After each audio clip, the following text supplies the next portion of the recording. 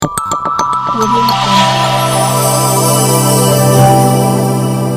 Jungle. বিসমিল্লাহির রহমানির রহিম। Destiny movement কর্মসূচির আজকের আরো একটি এপিসোডে সবাইকে স্বাগতম জানাচ্ছি। আজকে আমাদের সাথে অতিথি হিসেবে যোগ দিয়েছেন আমাদের সবার প্রিয় এবং পরিচিত মুখ, triple centurion PhD destiny 2000 limited, জনাব এমদাদুল হক আজকের এই প্রোগ্রামে আমাদের সাথে অতিথি হিসেবে যোগ দিয়েছেন। তো জনাব এমদাদুল হক, আজকের এই প্রোগ্রামে আপনার মূল্যবান সময় দিয়ে উপস্থিত হওয়ার জন্য আপনাকে ধন্যবাদ জানিয়ে শুরু করছি এবং সালাম জানিয়ে শুরু করছি। আসসালামু আলাইকুম। ওয়ালাইকুম সালাম। জি, ডেস্টিনি মুভমেন্টের পক্ষ থেকে আমাকে ইনভাইট করার জন্য আপনাকে ধন্যবাদ। পাশাপাশি এই মুভমেন্ট অনুষ্ঠান যারা দেখছেন আপনাকে এবং যারা দেখছেন দর্শকদেরকে আমার অন্তরের অন্তঃস্থল থেকে জানাই সালাম। আসসালামু আলাইকুম ওয়া রাহমাতুল্লাহি ওয়া বারাকাতুহু। জি, ওয়ালাইকুম সালাম। ধন্যবাদ। আমরা আজকে শুরু করব যে প্রশ্নটি দিয়ে, যেহেতু ডেস্টিনির বর্তমান ব্যবসায়িক কার্যক্রম চালুকরণের সার্বিক বিষয়ে আপনি খুব ওতপ্রোতভাবে কাজ করছেন। বিশেষ করে ডেস্টিনির হাইকোর্ট নিযুক্ত বোর্ডের সাথে আপনি সিরিয়াসলি প্রতিষ্ঠান চালুর ক্ষেত্রে কাজ করছেন। তো সেক্ষেত্রে ডেস্টিনির বর্তমান ব্যবসায়িক কার্যক্রম চালুর ক্ষেত্রে আমরা ৬০৭ নাম্বার স্টেটমেন্ট, যেটাকে ট্রায়াল স্টেটমেন্ট বলা হচ্ছিল, আমরা দেখলাম ঈদের আগে চালু হলো।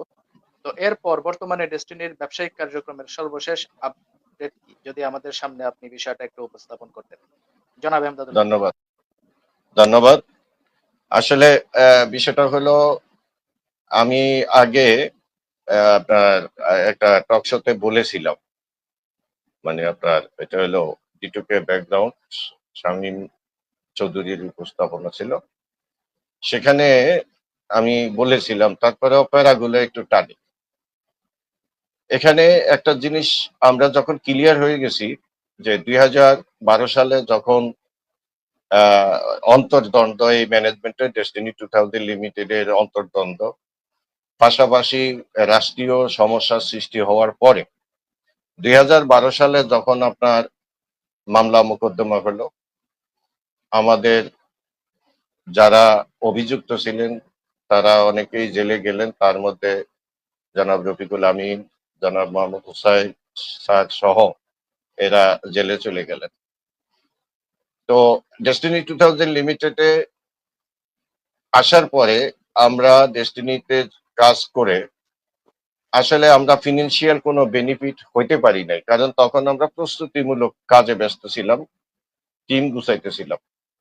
তো ডেস্টিনি বন্ধ হওয়ার পরে আমরা আপনার বেশি ক্ষতিগ্রস্ত হয়েছি, বিশেষ করে আমি অনেক বেশি ক্ষতিগ্রস্ত হয়েছি।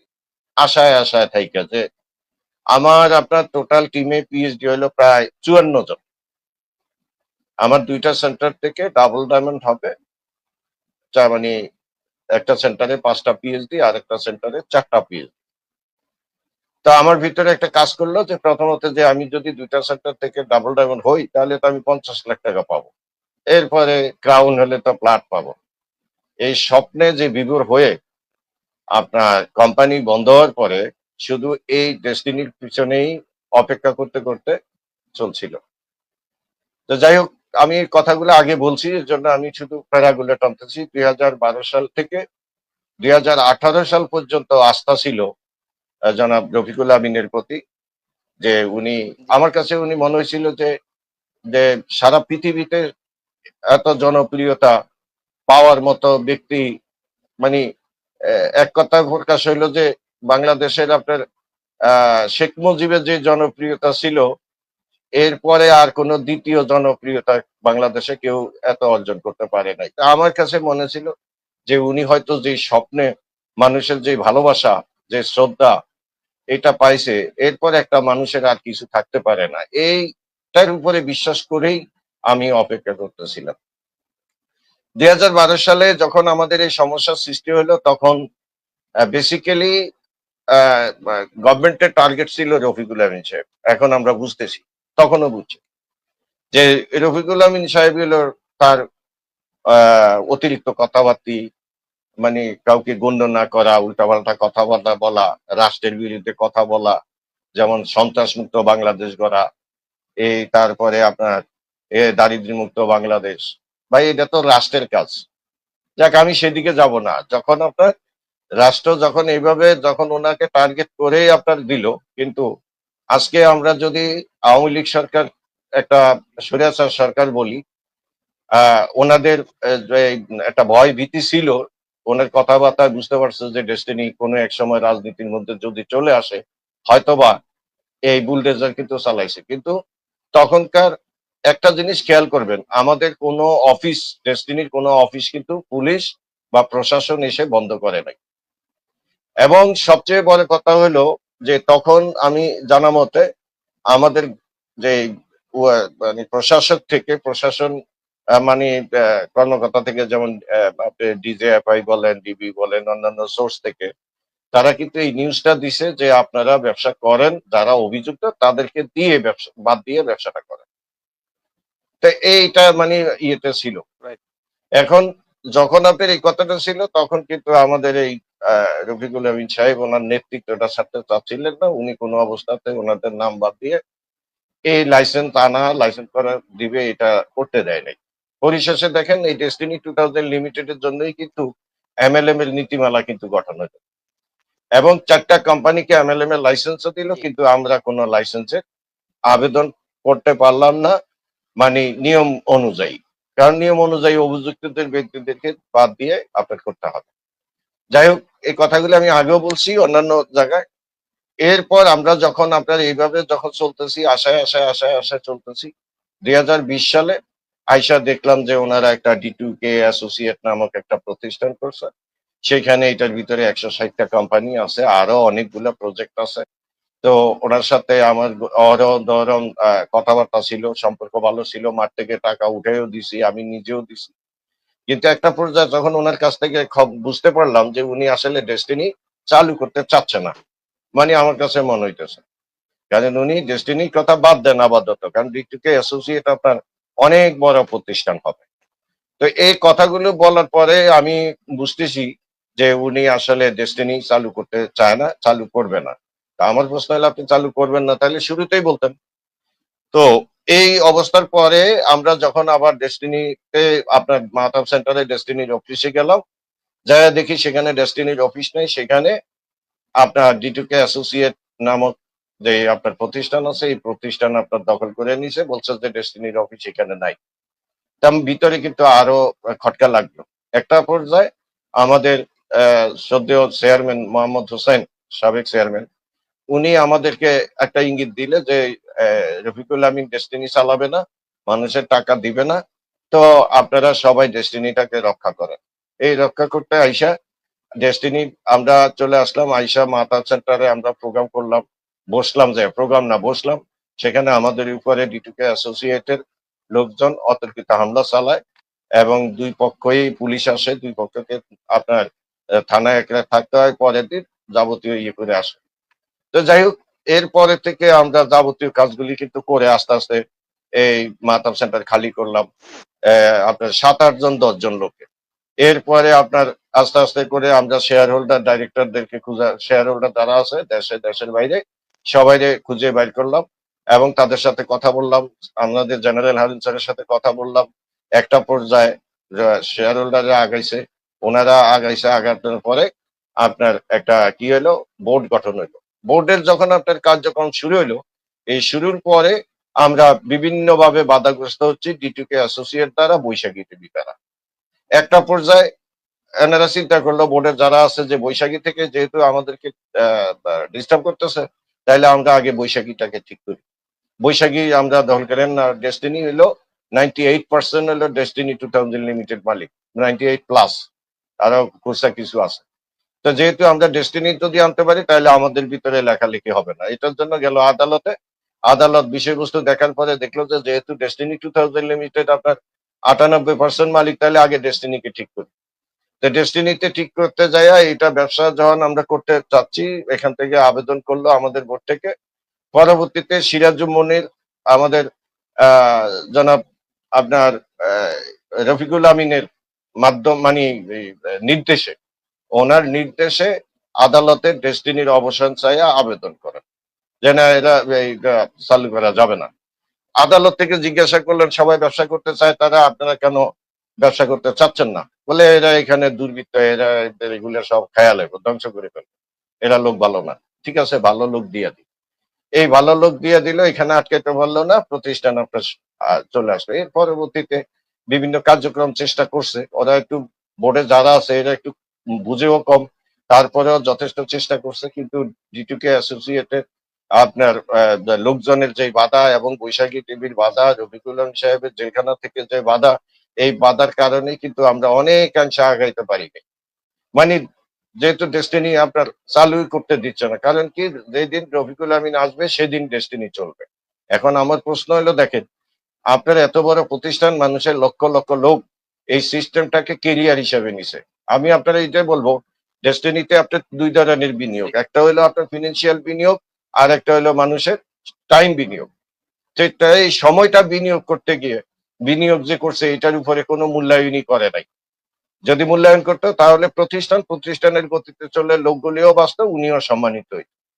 পরিশেষে আমরা এখন যেটা দেখতেছি যে আমরা এইভাবে আগাইতেছে বর্তমানে বোর্ড, এরা পারতেছে না। পরে আমাদের সম্মানিত শেয়ার হোল্ডার জনাব আশরাফুল আমিন, উনি আপনার এই 5ই আগস্টের পরে যখন আপনার দেশের স্বৈর শাসকের অবসান ঘটলো, একটা পরিবেশ পরিস্থিতি শুরু হলো। এর আগেও উনি একবার আসছিল, বেশ কিছুদিন চেষ্টা করে পারে নাই। তারপরে চলে গেছিল। আবার এই 5ই আগস্টের পরে ওনার রাজনৈতিক সমস্যা থেকে বেরিয়ে আসার কারণে উনি আইসা এটাকে ধরলো।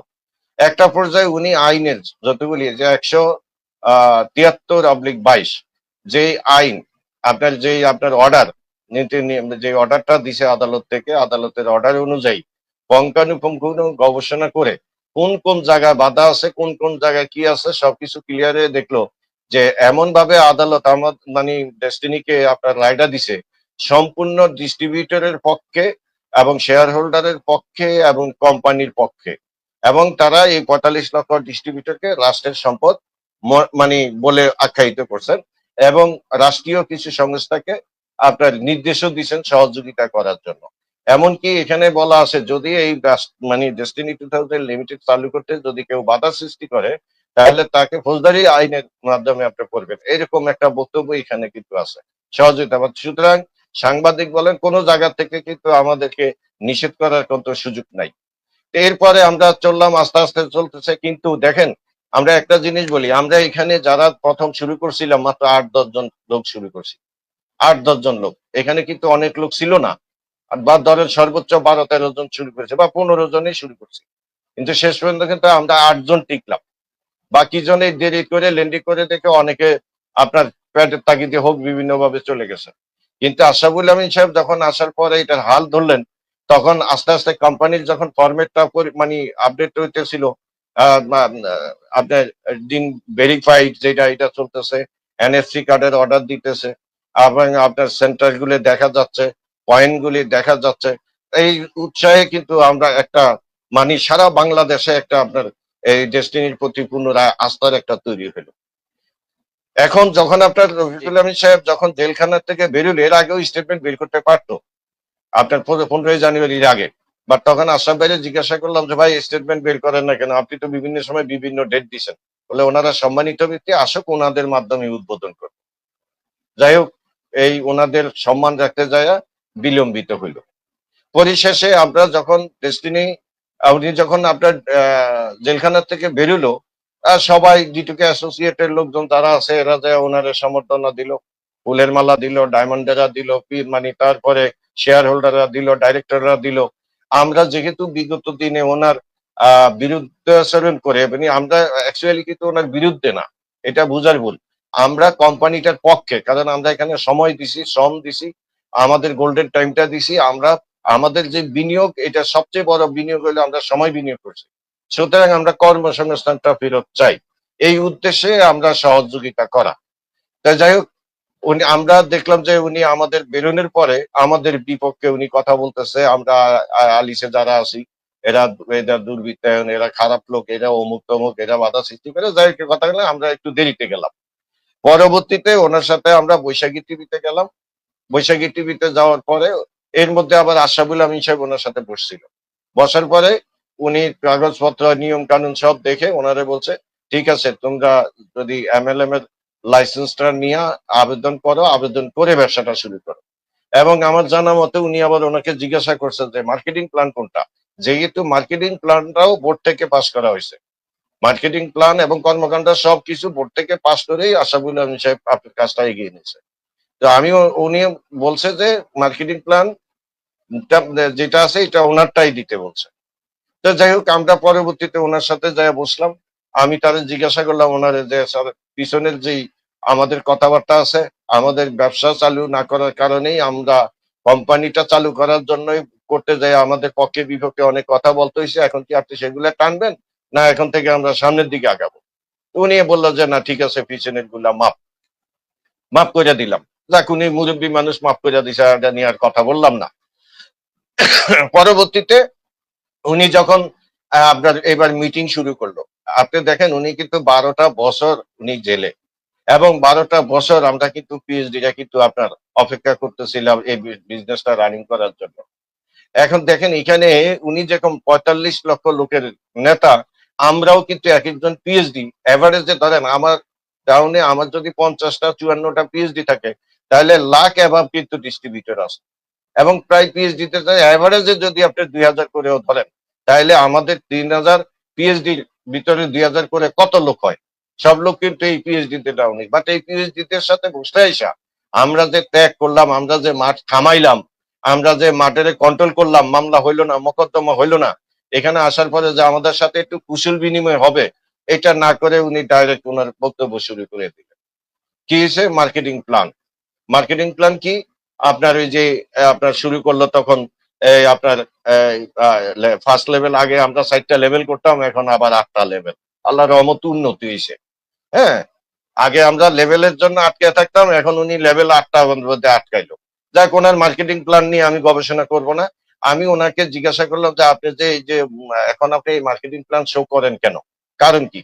আপনি মার্কেটিং প্ল্যান শো করেন কেন? আপনি আশরাফ ভাইরে বলছেন আপনার মার্কেটিং প্ল্যানটা জমা দিতে, আপনার মার্কেটিং আশরাফ ভাই যে মার্কেটিং প্ল্যান তৈরি করছে ওইটা জমা দিতে এবং এমএলএম এর লাইসেন্স বের করলে ব্যবসা শুরু করতে, তাহলে আপনি আপনারটা দেখেন কেন? বলে আমি তো যদি আমি দায়িত্ব পাই তখন আমি এটা করি। তার মানে আপনি ওইদিকে বলছেন আর এইদিকে একটা বিভ্রান্ত সৃষ্টি করতেছেন, তাদেরকে কিন্তু এই জিনিসটা দিতেছে। পরবর্তীতে উনি বৈশাখী গুপ্তা সাহেবের বিরুদ্ধে সমালোচনা শুরু করলো, পিবিএস ডাইরেক্টরদের বিরুদ্ধে, এদের কারণে এই ক্ষতি হয়েছে। আমি ওনারা আবার প্রশ্ন করলাম যে আপনি তো আমাদেরকে শিখাইছেন সমালোচনা করা যাবে না, কারণ আপনার বাপ মা যদি মারামারি করে, কাটাকাটি করে, সমালোচনা করে, তাহলে ছেলে মেয়েগুলো শান্তিতে থাকে না, তাইলে আপনি এটা করলেন কেন? বলে না এটা আমার ক্ষতি করলে সমস্যা ছিল না, কিন্তু কোম্পানির জন্য ক্ষতি করছে, আপনি কি বিচার করবেন ওনারা আসলে? আচ্ছা ঠিক আছে বিচার হবে। আমরা ওনার সাথে করলাম না, করলাম আমরা মিটিং টিটিং করে চলে আসলাম। আমাদের আশরাফ ভাই জিজ্ঞাসা করছি, আশরাফ ভাই আপনি কি এমডি স্যারের সাথে দেখা করেন, যান না কেন?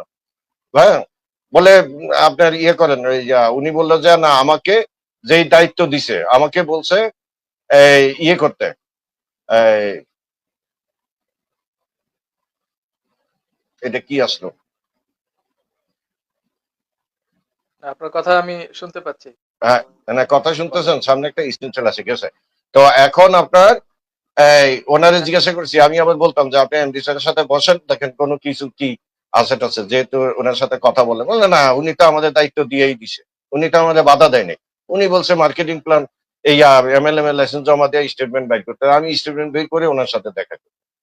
তো যাই হোক আমরা 25শে জানুয়ারি এই 25শে মার্চ আমরা এখান থেকে কাগজপত্র সব ওকে করে আমার জানা মতে সব কিছু বোর্ড অ্যাপ্রুভ করে উনি এমএলএম এর লাইসেন্সের আবেদনটা জমা দিলেন।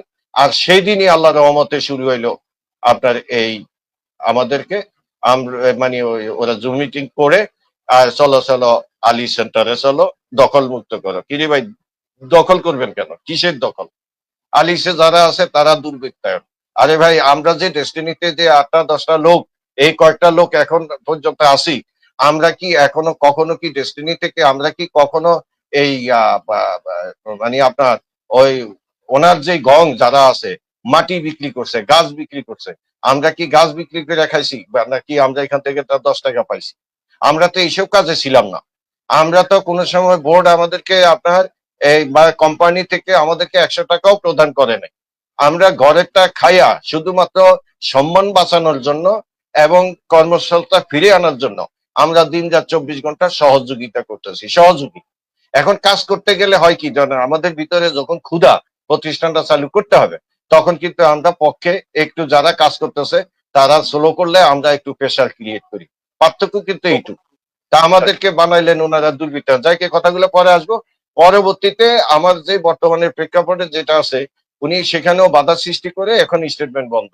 কিন্তু সবচেয়ে দুঃখের বিষয়, আমাদের এমএলএম এর লাইসেন্স আপনার 25 তারিখের ভিতরে, অর্থাৎ 1 মাসের ভিতরে আমাদেরকে লাইসেন্স প্রদান করার কথা। এবং আজকে ওইখান থেকে কিন্তু ফোন কল করছে যে আপনাদের এখানে ম্যানেজমেন্ট তৈরি করেন, মানে আপনাদের যে ব্যবসা করেন এটার জন্য এটাকে ইনস্ট্রাকশন বলে। কিন্তু ওনার কথায় বায়াস হয়ে, বর্তমানে যে বায়াস হয়ে বোর্ড আপনার অফিসে নিয়মিত কাজ করতেছে না ওনার ভয়ে। এবং বর্তমানে ম্যানেজমেন্ট যদি না থাকে, আমি আবার আপনাদের মাধ্যমে এই মুভমেন্টের, ডেস্টিনি মুভমেন্টের প্রোগ্রামের মাধ্যমে আমি বলতে চাচ্ছি, যদি কোনো অবস্থাতেই আপনার এই লাইসেন্সে পাইতে, অর্থাৎ এই যে অফিসে একটা আপনি ইনস্ট্রাকশনে বলতে কি, এখানে একটা ম্যানেজমেন্ট লাগবে, এখানে কিন্তু প্রোডাক্টিভ ডিভিশন লাগবে। আইসা জিজ্ঞাসা করবে, দেখবে যে আপনার আসলে ব্যবসা করার মতো পরিবেশ পরিস্থিতি আছে কিনা। এই পরিবেশ পরিস্থিতির জন্য বোর্ডের সহযোগিতার দরকার। আজকে রফিকুল আমিন সাহেবের ভয়ে হোক আর নির্দেশে হোক, এই বোর্ড যে আপনার এই কাজগুলো করতেছে না, তাহলে আপনার যদি কোনো অবস্থাতে লাইসেন্স যদি না হয়, মানে যদি ক্যান্সেল হয়, রিজেক্ট করা হয়, তাহলে এই 45 লক্ষ লোক এই রফিকুল আমিন সাহেবের দায় দায়িত্ব নাই। কারণ উনি এখন বর্তমানে আইনত, যেহেতু উনি কোম্পানির শেয়ার ওনার বাজেয়াপ্ত, ওনাকে ওনার আপনার এখানে কোনো এন্টারেন্সের কোনো সুযোগ নাই। হ্যাঁ, তো যেহেতু ওনার দায় দায়িত্ব নাই, তাহলে আজকে লাইসেন্স না পাইলে, লাইসেন্স কোন অবস্থাতে রিজেক্ট হলে, তাহলে 45 লক্ষ লোক এই ম্যানেজমেন্টে যারা বর্তমানে যে বোর্ডে আছে, এই বোর্ডের কাছে কৈফিয়ত চাইবে আমি আশা করি। এবং এই লোকগুলি আপনি কোনো অবস্থাতে স্বস্তিতে থাকবে না। এবং আপনার লক্ষাধিক লোক, মানে আপনার হাজার হাজার লোক এই মানে আপনার এই যারা বোর্ডে আছে তাদের উপরে আপনার প্রেসার দিবে। এবং আশা করি এরা আপনার যেখানে পাইবো সেখানে আপনার এটার পরিস্থিতি মোকাবিলা করতে হবে। এই হলো পরিস্থিতি। তাহলে বাধাটা কোন জায়গায়? আমাদের এখন সব কিছু ওকে আছে, কিচ্ছু সমস্যা নাই, সব ওকে। আমাদের এনএফসি আইডি কার্ডের সিস্টেম ওকে, পয়েন্ট দেখা যায় ওকে, আইডি কার্ড মানে আবার ওই যে এনএফসি কার্ডের সিস্টেম ওকে, মানে কোনো জায়গায় কিন্তু বাদ নাই। পয়েন্ট ডেলিভারি সিস্টেমও বাদ নাই, কামিংও বাদ নাই, আর মানে কোনো অবস্থাতে বাদ নাই।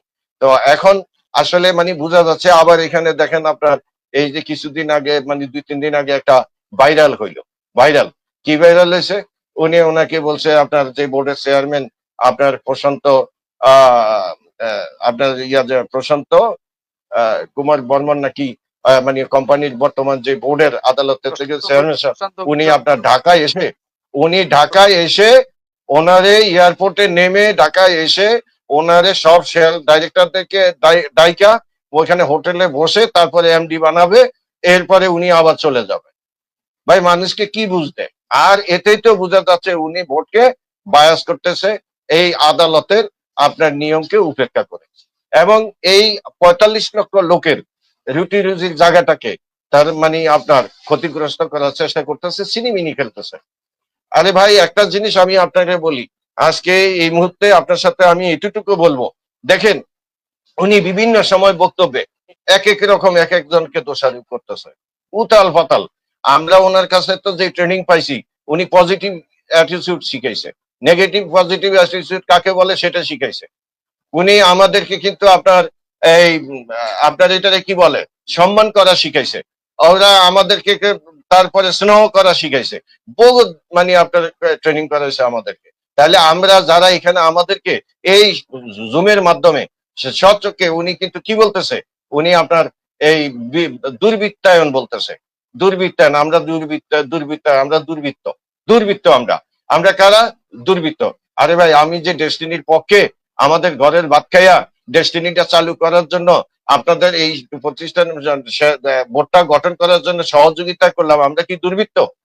এই দুর্বৃত্তরা যদি না থাকতো তাহলে তো এই বোর্ড গঠন হইতো না, যদি তারা আন্দোলন সংগ্রাম যদি না করতো, মারামারি মোকাবিলা না করতো, আজকে এই ডিটুকে অ্যাসোসিয়েট নামক প্রতিষ্ঠান ইস্টাবলিশড হয়ে যেত। এই দুর্বৃত্ত যারা আমাদের কাছে টোকাই বলা হইতেছে, আপনি জানেন কত বড় কষ্ট লাগে ওনার মতন একজন লিডারের কাছ থেকে। উনি মানুষকে শিখাইছে, উনি টোকাই বলতেছে এক একজন আমাদের জন্য টোকাই যারা। আরে ভাই টোকাই আপনি কাকে বলেন? আমরা এক একজন লোক কিন্তু 2-2.5 হাজার লোকের লিডার, আপনি টোকাই কিভাবে বলেন? একজন পিএইচডি আপনার 2-2.5 হাজার মিনিমাম এভারেজ 2,000 লোকের লিডার, এই টিমটা কি এমনি এমনি হয়েছে? আপনি তাদেরকে টোকাই বলেন? আমাদের কি কোনো যোগ্যতা নাই? হ্যাঁ, আগে আমার কথা হইলো দেখেন, আজকে যারা আপনার এই যে বিভিন্ন ইয়া থেকে বলতেছে, আমরা আজকে সারা বাংলাদেশে এই যে আপনার রফিকুল আমিন সাহেব রাজনৈতিক একটা সংগঠন করছে, কেন করছেন ব্যাখ্যাতে পরে আসবো। সারা বাংলাদেশে কিন্তু কি বলতেছে, সারা বাংলাদেশের লোকজন এবং উপরে মহল নিচের মহল ওনাকে প্রতারক বলতেছে। ভাই আমি ওনাকে বলবো, বিশেষভাবে অনুরোধ করব, আমরা ওনারে প্রতারক বলতে চাই না, বাট এই প্রতারণা কিন্তু কি করছেন আপনি দেখেন। আপনি 45 লক্ষ লোকের ভিতরে এভারেজে 50% লোক, এই লোকের সাথে যে আপনি সময় আপনি মোটিভ ইয়ে দিয়ে ইনফ্লুয়েন্স করে এই আমাদের সময়ের সাথে যে সময়টাকে কিল করছেন প্রতারণা করে, এই প্রতারণা আপনি করছেন এখানে আমাদের সাথে। যে এই যে আজকে যে আপনার এই যে ডেস্টিনি চালু না করে আমাদেরকে ভোগাইতেছেন, এটাতে আপনি প্রতারণা করেছেন। ডেস্টিনি প্রতিষ্ঠান রাইখে আপনি আরেকটা প্রতিষ্ঠান তৈরি করছেন, এখানে প্রতারণা করছেন। ডেস্টিনি বন্ধ করে হবে না বাধা দিচ্ছেন, এখানে আপনি প্রতারণা করছেন। বৈশাখী টিভি দিয়ে আপনি এখানে আমাদেরকে থামাইতে চাইছেন, এখানে প্রতারণা করছেন। এবং আপনি আইনি ভাবে কিন্তু এখনো ওই লাইনে আছেন।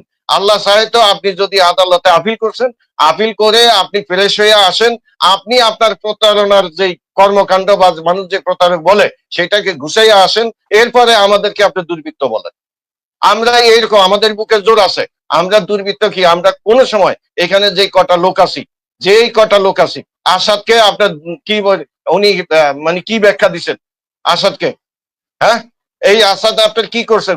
ডেস্টিনি থেকে কি ও কি 10 টাকা নিয়ে কি সংসার চালায়?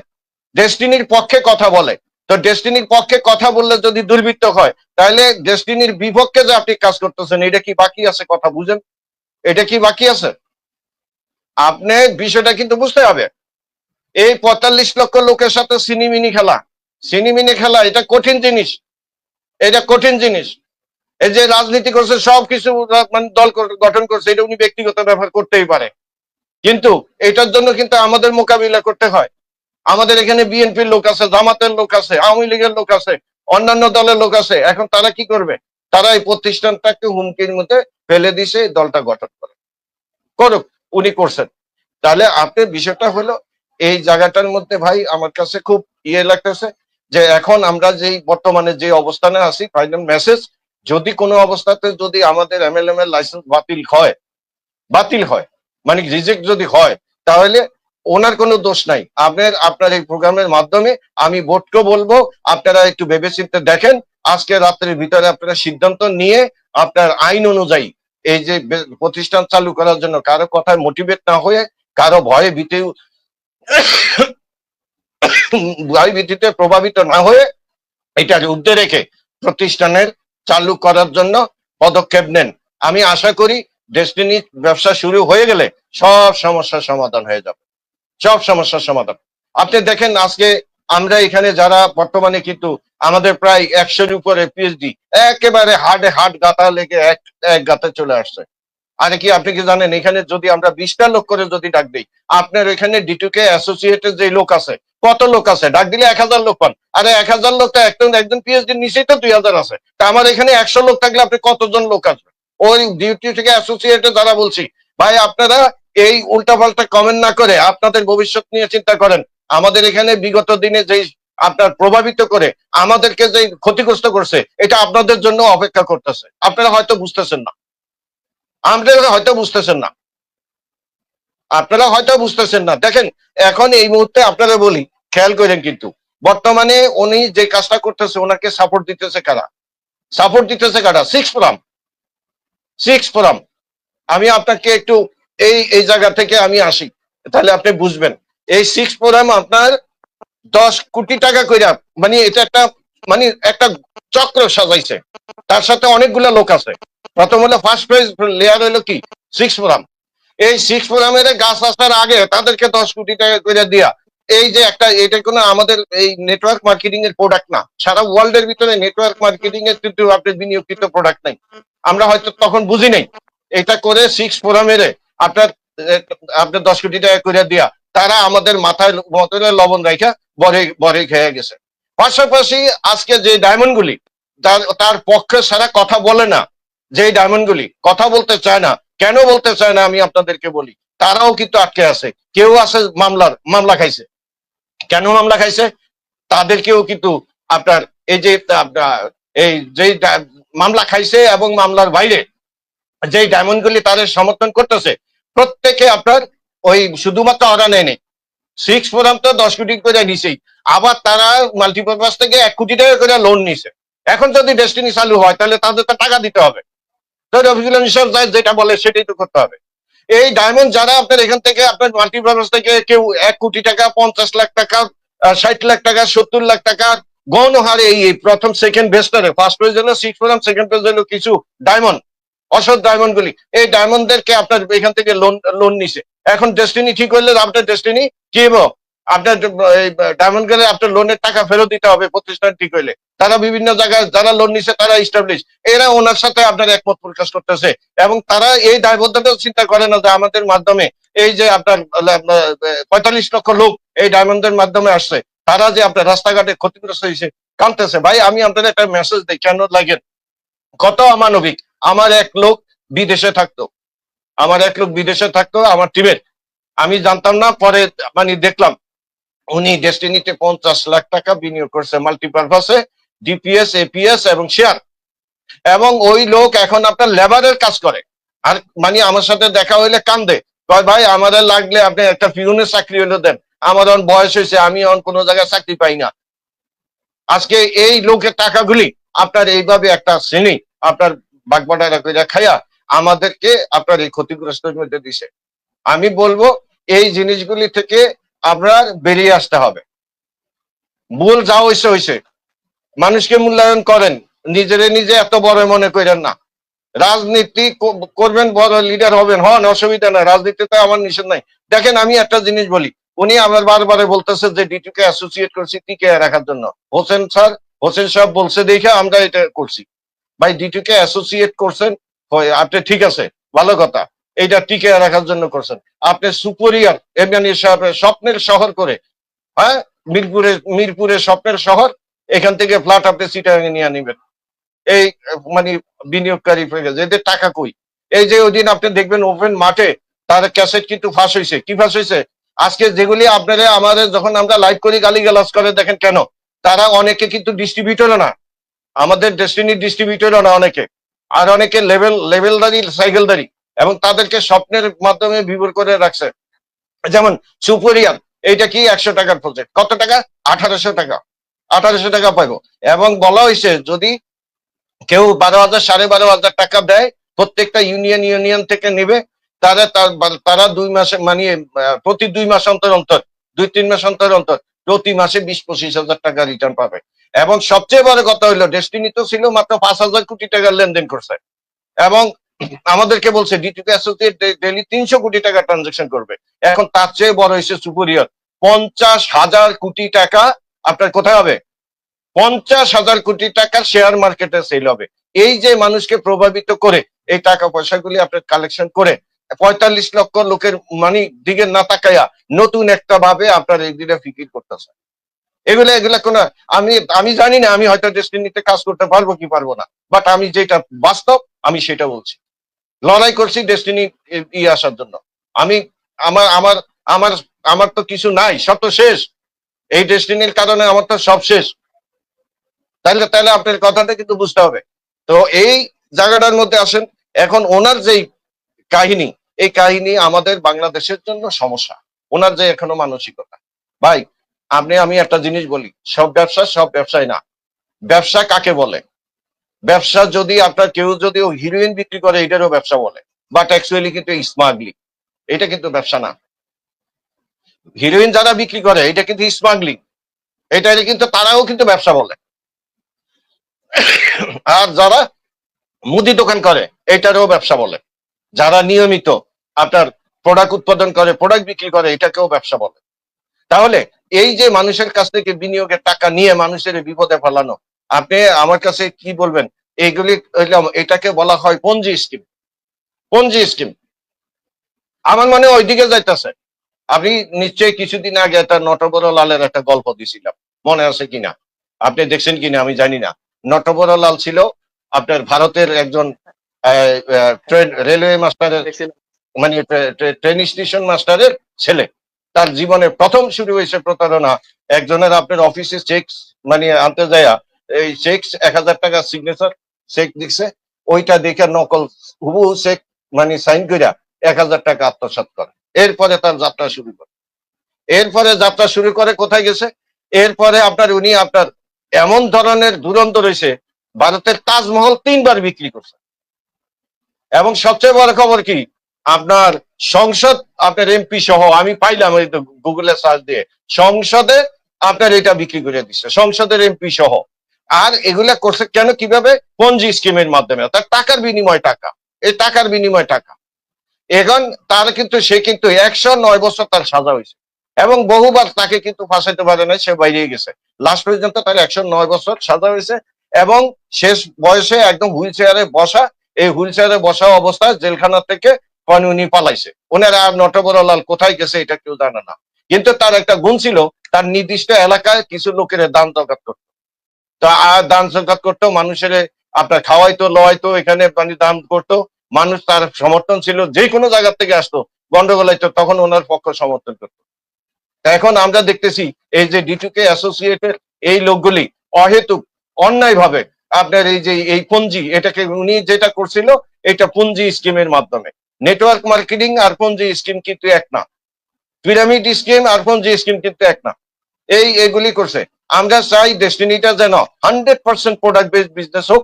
আমরা যেন চাই এখানে মানুষ নেটওয়ার্ক মার্কেটিং এর শ্রেষ্ঠতম একটা কোম্পানি হোক। সারা ওয়ার্ল্ডে নেটওয়ার্ক মার্কেটিং সিস্টেম হলো পণ্য পণ্য sale company, product sale company, direct selling company, এবং মানুষের প্রোডাক্ট বিক্রি করবো, কারো কাছে দায় দানা থাকবো না। যতদিন প্রতিষ্ঠান যে কাজ করতে পারবে সেই ইনকাম নিবে, যে কাজ করতে পারবে না সেই ইনকাম নিবে না। আমরা এই জিনিসটাই হোক, ডেস্টিনি সামনের দিকে আগাক। আমি বলতে চাচ্ছি সেটা হলো, আমাদেরকে উল্টাপাল্টা কথা বলে, আপনার মাঠ গরম করার দরকার নাই। কারণ বাংলাদেশের মানুষ এখন জানে ডেস্টিনিকে বন্ধ করতে, কার কারণে এরকম হয়েছে, ডেস্টিনিকে চালাইতে দেয় না, ডেস্টিনিকে বাধা সৃষ্টি করতেছে, এগুলি সব কিন্তু আপনার এই আপামর এই জনসাধারণ এখন তা জানে।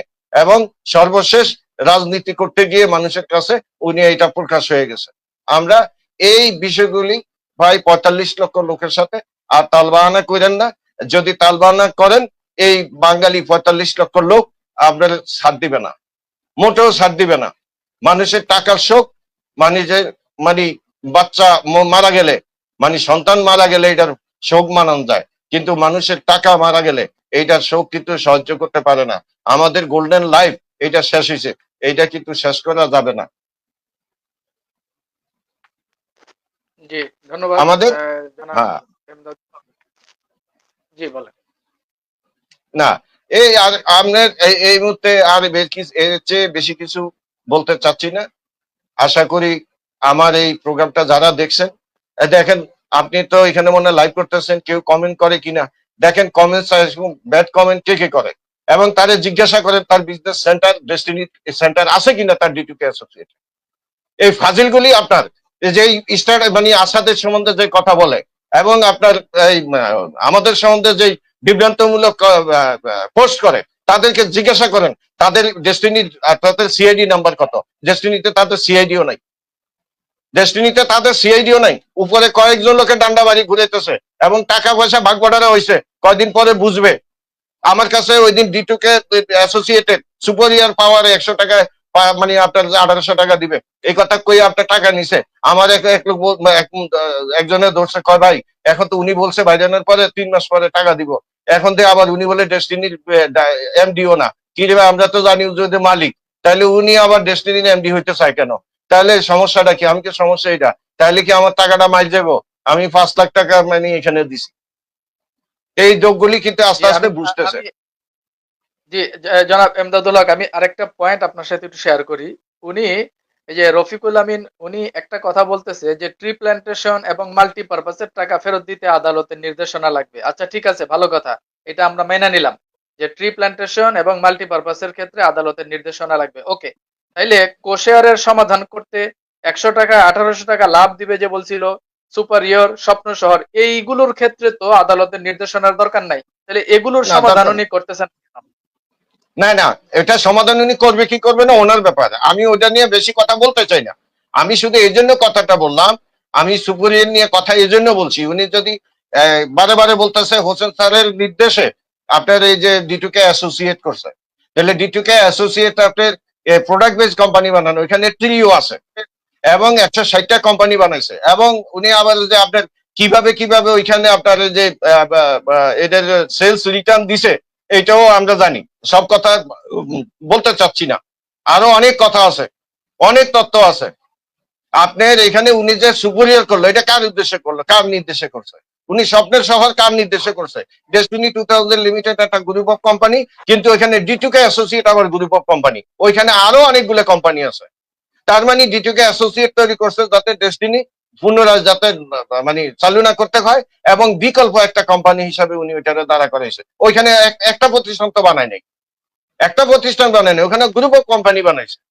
ওইটাও একটা গ্রুপ অফ কোম্পানি ডিটুকে অ্যাসোসিয়েট, কারণ এখানে সুপরিয়ার আছে, এখানে স্বপ্নের শহর আছে, এখানে অমুক আছে তমুক আছে, অনেক অনেক অনেক মানে তাদের আপনার ইয়ার অভাব নাই। আজকে যেই লোকগুলি, আমি আপনাদের বলি, যেই লোকগুলি আজকে ডেস্টিনির বিরোধিতা করতেছে, ডেস্টিনির বিজনেস চায় না, এবং রফিকুল আমিনের পক্ষে যে ডায়মন্ড, আমি আবারও বলছি, আমি আর নাম বললাম না, আপনারা নিজের বিবেকের কাছে জিজ্ঞাসা করেন, আপনারা নিজেদের এই সামান্য এই জিনিসগুলি মানে মানে রক্ষা করার জন্য, কেউ মামলার থেকে বাঁচার জন্য এই মানে ভয়ভীতি ভিতরে কাজ করে আপনি মানুষের সাথে এই মানুষের ঠগাইয়া একটা ডেস্টিনি চালু করতে বিরোধিতা করতেছেন। আল্লাহ রাস্তায় আপনাদের কাছে মাপ চাই ভাই, আমরা কিন্তু মারা যাব, আমরা কিন্তু পৃথিবীতে থাকবো না। আমারও বয়স প্রায় 60 বছর হয়েছে, আর কতদিন বাঁচবো? এখন আমার মা মারা গেছে, বাবা মারা গেছে, মেয়ে মারা গেছে, ছেলে আমার সাথে কথা বলে না এই ডেস্টিনি করার কারণে। এখন আমরা দিন অনেক কষ্টে যাচ্ছি। তো এগুলা নিয়ে ভাই কইরা লাভ নাই। দয়া করে 45 লক্ষ লোকের দিকে তাকান, একটু ঘুইরা দাঁড়ান, আল্লাহ আপনাদেরকে ভালো কিছু করবে, ভুল ত্রুটি আল্লাহ ক্ষমা করে দিবে। তো আমি আর সময় নিলাম না, আপনারা অনেক অনেক ধন্যবাদ।